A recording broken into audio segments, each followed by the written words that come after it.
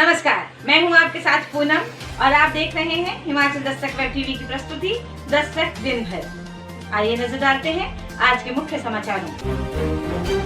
भाजपा विधायक नहरिया के खिलाफ महिला कांग्रेस का प्रदर्शन। प्रदेश प्रभारी नीतू वर्मा बोली, सम्मान के बजाय महिला उत्पीड़न कर रहे भाजपा नेता। पत्नी के आरोपों पर विधायक ने एसपी के समक्ष रखा अपना पक्ष। बोले, मामले को सामाजिक व राजनीतिक तूल न दिया जाए। कौड़ियों के भाव नहीं देंगे जमीन। पठानकोट मंडी 4 लेन संघर्ष समिति का ऐलान। सरकार न मानी तो 2022 में देंगे मुंहतोड़ जवाब। सरकार की नीतियों के खिलाफ सड़कों पर उतरी कांग्रेस। शिमला के नारकंडा से शुरू किया आक्रोश सप्ताह। से प्रभारी संजय दत्त भी रहे मौजूद। राज्य स्तरीय शिक्षक पुरस्कार समारोह के लिए प्रक्रिया शुरू। 30 जुलाई तक मांगे शिक्षकों के आवेदन। 7 जुलाई से होंगी बीएड और एमएड की परीक्षाएं। हिमाचल प्रदेश यूनिवर्सिटी ने जारी किया शेड्यूल। यूजी के छात्रों को भी प्रैक्टिकल एग्जाम के लिए स्पेशल चांस। 100% वैक्सीनेशन वाला पहला जिला बना लाहौल स्पीति। सभी लोगों को लग चुकी है पहली डोज। 2 सड़क हादसों में 3 की मौत। स्वारघाट, पिंजौर और होली में पिकअप लुढ़की। विदेश भेजने के दाम पर 16 युवाओं से ठगे 8 लाख। पीड़ितों ने एसपी मंडी से मांगा न्याय। ढांक से गिरने से की युवती की मौत। शिलाई के कुफ्टी में पेश आया हादसा। और अब समाचार विस्तार से। भाजपा के विधायक की पत्नी द्वारा मारपीट की शिकायत दर्ज करवाने के बाद महिला कांग्रेस न्याय के लिए सड़कों पर उतर आई है। मामले को लेकर मंडी और धर्मशाला में महिला कांग्रेस ने धर्मशाला के भाजपा विधायक के खिलाफ जमकर प्रदर्शन किया। बता दें कि विधायक की पत्नी ओशिन शर्मा ने पति पर मारपीट और मानसिक रूप से प्रताड़ित करने का मामला दर्ज करवाया है। विधायक की पत्नी ने इस संबंध में सोशल मीडिया में एक वीडियो भी शेयर किया है। आप भी सुनिए क्या है पूरा मामला। आज की डेट में वो मुझे फिज़िकली, इमोशनली अब्यूज़ करते हैं, मेरा शोषण करते हैं, मुझे इमोशनल ब्लैकमेलिंग करते हैं, मेंटल टॉर्चर करते हैं। कल उन्होंने अपने परिवार के सामने मुझे बहुत ज़ोर से मारा, 3 थप्पड़ मारे और मैं बिस्तर से नीचे गिर गई। और उन्होंने अपने माँ बाप को बुलाते हुए ये कहा कि आप ये देखिए, मैंने इसको मारा है और अब किस्सा ख़त्म करते हैं। वहीं राष्ट्रीय महिला कांग्रेस की सचिव एवं हिमाचल प्रदेश प्रभारी नीतू वर्मा ने कहा कि भाजपा संगठन में ये नेता महिला सम्मान करना ही नहीं जानते हैं। सिर्फ भाषणों में ही ये महिला सम्मान की बातें करते हैं, जबकि खुद ये महिलाओं के उत्पीड़न के मामलों में संलिप्त रहते हैं। उन्होंने कहा कि इससे पहले भी कई ऐसे मामले सामने आए हैं जिसमें भाजपा के बड़े स्तर के मंत्री व नेता महिलाओं के उत्पीड़न के मामलों में लिप्त रहे हैं। उन्होंने इस मामले पर प्रदेश के मुख्यमंत्री से एमएलए को तुरंत निलंबित करने की मांग की है। महिला कांग्रेस अध्यक्ष जैनब चंदेल ने कहा कि जनता के चुने हुए एक प्रतिनिधि द्वारा ऐसा कृत्य किया जाना बहुत ही दुखदायी है और इसे इसकी कड़ी कानूनी सजा दी जानी चाहिए। उन्होंने भाजपा विधायक नहरिया को आड़े हाथ लेते हुए कहा कि जब एक नेता अपने घर पर अपनी नवेली पत्नी के साथ ऐसा दुर्व्यवहार कर सकता है तो समाज में इसका क्या संदेश जाएगा। उन्होंने कहा कि भाजपा को इस पर तुरंत कार्रवाई करते हुए उन्हें पार्टी से निलंबित करना चाहिए। जैनब चंदेल ने राष्ट्रीय व राज्य महिला आयोग से भी इस मामले पर तुरंत कार्रवाई करने का आग्रह करते हुए कहा कि भाजपा एक तरफ बेटी बचाओ बेटी पढ़ाओ महिला सशक्तिकरण की बड़ी बड़ी बातें करती है, लेकिन आज उसी पार्टी के नेता इसकी धज्जियां उड़ा रहे हैं। उन्होंने कहा कि महिला कांग्रेस ओशिन शर्मा को न्याय दिलाने से पीछे नहीं हटेगी। धर्मशाला के विधायक विशाल नहरिया के खिलाफ उनकी पत्नी द्वारा बनाए गए वीडियो और उन पर मारपीट के आरोपों के चलते हर जुबान पर दोनों की ही बात हो रही है। वहीं विधायक विशाल नहरिया ने कांगड़ा एसपी विमुक्त रंजन के समक्ष अपना पक्ष रखा है। एसपी को दिए बयान में विधायक ने कहा कि शादी से पहले ओशिन से दोस्ती हुई, जो बाद में वैवाहिक जीवन तक पहुंची, लेकिन विवाह के कुछ दिन बाद से ही ओशिन द्वारा उन पर और उनके परिवार पर कई तरह से मानसिक दबाव डालना शुरू कर दिया गया, जिसे कई बार खुद विशाल नहरिया ने समझाने का और मनाने का प्रयास किया। एक पढ़े लिखे और अपने पद को समझते हुए और सामाजिक जिम्मेदारी को जानते हुए उन्होंने इस बात को घर तक ही सीमित रखना उचित समझा व पत्नी द्वारा परिवार पर मानसिक दबाव को घर में ही शांत करने का भरपूर प्रयास किया। विधायक ने कहा कि वे अब भी चाहते हैं कि घर की बातें घर में ही सुलझ जाएं और उसे सामाजिक और राजनीतिक तूल न दिया जाए। पठानकोट मंडी 4 लेन संघर्ष समिति ने प्रशासन द्वारा जारी मुआवजा राशि को नकारते हुए उसे ऊंट के मुंह में जीरे समान बताया है। संघर्ष समिति के उपाध्यक्ष सुदर्शन शर्मा ने कहा कि नूरपुर प्रशासन जिस ढंग से 4 लेन प्रभावितों को मुआवजा राशि वितरित कर रहा है वह तर्कसंगत नहीं है। उन्होंने कहा कि 145 करोड़ रुपए में से प्रशासन ने 35 करोड़ रुपए प्रभावितों को वितरित कर दिए हैं, जो सरासर लोगों के साथ धोखा है। उन्होंने कहा कि प्रशासन की इस कारगुजारी के कारण 3500 प्रभावित परिवार खुद को ठगा सा महसूस कर रहे हैं। सुदर्शन शर्मा ने कहा कि 3 वर्ष तक प्रशासन इन्हें प्रलोभन देता रहा और इनके साथ झूठे वायदे करता रहा। वहीं यहां के नुमाइंदे भी इस मामले में लोगों का पक्ष सही ढंग से नहीं रख सके और लोगों को धोखे में रखा। उन्होंने कहा कि सरकार को इसका खामियाजा 2022 के चुनावों में भुगतना पड़ेगा।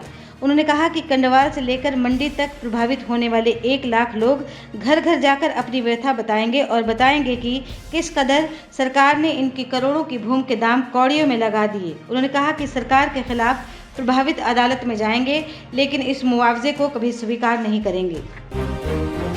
देश प्रदेश में बढ़ती महंगाई, बेरोजगारी और किसान बागवानों की अनदेखी के विरोध में शनिवार को कांग्रेस पार्टी ने केंद्र और प्रदेश की भाजपा सरकार के विरोध में जन आक्रोश रैली का आगाज किया। नारकंडा में कांग्रेस पार्टी ने जन आक्रोश रैली की शुरुआत की।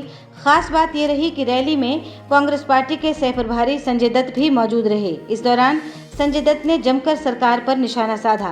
कांग्रेस अध्यक्ष कुलदीप सिंह राठौर ने सरकार को आड़े हाथों लेते हुए कहा कि किसान 6 महीने से 3 काले कृषि कानून के विरोध में तपती गर्मी व कड़कती ठंड के बावजूद सड़कों पर बैठने को मजबूर हैं, लेकिन केंद्र में भाजपा सरकार किसानों की बात सुनने को राजी नहीं है। उन्होंने कहा प्रदेश सरकार की उपेक्षा के चलते सेब सीजन के लिए सरकार की बागवानों के हित के लिए कोई भी व्यवस्था नहीं की गई है। उन्होंने ट्रे और कार्टन की कीमतों में हुई बढ़ोतरी पर भी सरकार को घेरा और सरकार पर अतिरिक्त बोझ लादने का आरोप लगाया। उन्होंने कहा कि एक तरफ कोरोना के चलते आम जनता, किसान, बागवान पहले ही परेशान हैं, ऊपर से सरकार लोगों पर अतिरिक्त बोझ डालकर उनकी कमर तोड़ने में लगी है।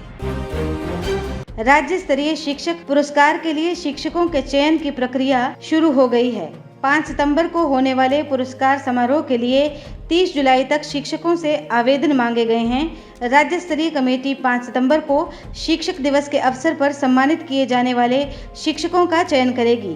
3 शिक्षकों के पुरस्कार के लिए चयन सरकार स्वयं करेगी। विभिन्न श्रेणियों के पात्र शिक्षकों को सरकार हर साल राज्य स्तरीय शिक्षक पुरस्कार देकर सम्मानित करती है। शिक्षकों को जिला उपनिदेशकों के पास आवेदन करना होगा। जिला कमेटियों को 10 अगस्त तक प्रारंभिक शिक्षा निदेशालय में सूची भेजनी होगी। निदेशक के प्रारंभिक शिक्षा विभाग शुभकरण सिंह की ओर से इस संबंध में सर्कुलर जारी किया गया है।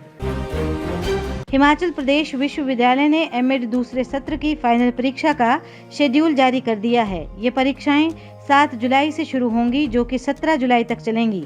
वहीं बीएड के पहले और तीसरे सत्र की परीक्षाएं 6 जुलाई से शुरू होकर 15 जुलाई तक होंगी। वहीं हिमाचल प्रदेश यूनिवर्सिटी के इक्डोल सेंटर में बीएड की परीक्षाएं 7 जुलाई से 26 जुलाई तक चलेंगी।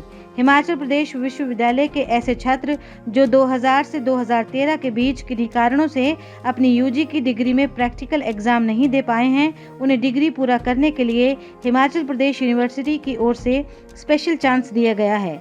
कॉलेज प्रिंसिपल अपने स्तर पर ये परीक्षाएं करवाएंगे। 7 जुलाई से 9 जुलाई के बीच ये परीक्षाएं करवाई जाएंगी। 2 से 5 बजे तक ये परीक्षाएं होंगी। राज्य का लाहौल स्पीति जिला 18 वर्ष से अधिक आयु वर्ग की 100% जनसंख्या को कोविड-19 वैक्सीन कोविडशील्ड की पहली खुराक लगाने वाला प्रदेश का पहला जिला बन गया है। स्वास्थ्य विभाग के प्रवक्ता ने कहा कि जिला में कार्यरत सभी कर्मचारियों और स्थानीय लोगों को वैक्सीन की पहली खुराक लगाई जा चुकी है। उन्होंने कहा कि जिला में 18 से 44 वर्ष के आयु वर्ग के 8,319, 45 से 59 वर्ष के आयु के वर्ग के 4,857 और 60 वर्ष से अधिक आयु वर्ग के 2,954 लोगों को कोविशील्ड वैक्सीन की पहली खुराक लगाई गई है। स्वास्थ्य विभाग द्वारा जिले में स्वास्थ्य देखभाल कार्यकर्ताओं, अग्रिम पंक्ति कार्यकर्ताओं और राज्य के प्राथमिकता समूह वाले सभी पात्र लाभार्थियों को भी वैक्सीन की पहली खुराक लगाई जा चुकी है। उन्होंने कहा कि जिले में सभी पात्र लाभार्थियों को वैक्सीन की दूसरी खुराक लगाने के लिए प्रभावी रणनीति बनाकर टीकाकरण अभियान को आगे बढ़ाया जा रहा है। हिमाचल प्रदेश में 2 सड़क हादसों में 3 लोगों की मौत हो गई। जानकारी के अनुसार स्वारघाट पिंजौर में पानी मोड़ पर प्याज से लदी एक पिकअप 200 मीटर लुढ़ककर जनौन बघेरी सड़क पर जा गिरी। हादसे में जीप में सवार एक युवक की मौत हो गई, जबकि ड्राइवर जख्मी हो गया। वहीं भरमौर की होली के न्यागरा के पास एक पिकअप दुर्घटनाग्रस्त होकर गहरे नाले में जा गिरी, जिसमें सवार 2 युवकों की मौके पर ही मौत हो गई। बताया जा रहा है कि रात के वक्त हादसा होने के चलते इसका किसी को भी पता नहीं चल सका। शनिवार सुबह के वक्त जब वाहन मालिक ने चालक के साथ संपर्क करना चाहा तो नहीं हो सका और न ही गाड़ी का कोई अता पता मिला। नतीजतन जब लोगों ने अपने स्तर पर तलाश आरंभ की तो गाड़ी गहरे नाले में मिली। विदेश में नौकरी दिलाने के नाम पर मंडी जिले के बल्ह क्षेत्र के 16 युवकों से करीब 8 लाख की ठगी हुई है। विदेश भेजने वाले एजेंट अब ना युवकों के फोन उठा रहे हैं और ना ही उनका कोई अता पता है। पीड़ित युवकों ने पुलिस अधीक्षक मंडी को शिकायत सौंपकर न्याय की गुहार लगाई है। पीड़ित नागेंद्र कुमार का कहना है कि 2018 में बिलासपुर व पंजाब के 2 एजेंटों ने विदेश भेजने का झांसा देकर उनसे 47 हज़ार रुपए की ठगी की है। उन्होंने कहा कि एजेंटों ने पहले पासपोर्ट बनाने के नाम पर 30,000 और कुछ दिन बाद मेडिकल करवाने के नाम पर 17,000 और ऐंठ लिए और 2 वर्ष बीत जाने के बाद भी ना तो उन्हें विदेश भेजा गया और ना ही उनके पैसे वापस दिए। उन्होंने एसपी मंडी शालिनी अग्निहोत्री से जल्द मामले में कार्रवाई करने की मांग की है। शिलाई उपमंडल में घास काटने गई एक युवती की पैर फिसलकर ढांक में गिरने से मौत हो गई। युवती जमा 2 कक्षा की छात्रा थी। हादसे के बाद क्षेत्र में शोक की लहर है। ये दर्दनाक हादसा ग्राम पंचायत धारवा के कुफ्टी गांव में पेश आया। यहां पर 18 वर्षीय अंबिका धारवा पुल के पास घास काट रही थी। इसी दौरान उसका पांव फिसला और वहीं ढांक में जा गिरी। युवती की बहन ने जब उसे नीचे गिरता देखा तो उसने चीखना चिल्लाना शुरू किया। आवाज सुनकर स्थानीय लोग मौके पर पहुंचे और खाई में उतरकर युवती को बाहर निकाला। युवती को उपचार के लिए तुरंत शिलाई अस्पताल पहुंचाया गया, जहां चिकित्सकों ने उसे मृत घोषित कर दिया। एसडीएम शिलाई सुरेश कुमार सिंघा ने पुष्टि करते हुए बताया कि शव का पोस्टमार्टम करवाकर परिजनों को सौंप दिया गया है। मृतका के परिजनों को 10,000 रुपए की राहत राशि प्रशासन की ओर से जारी की गई है।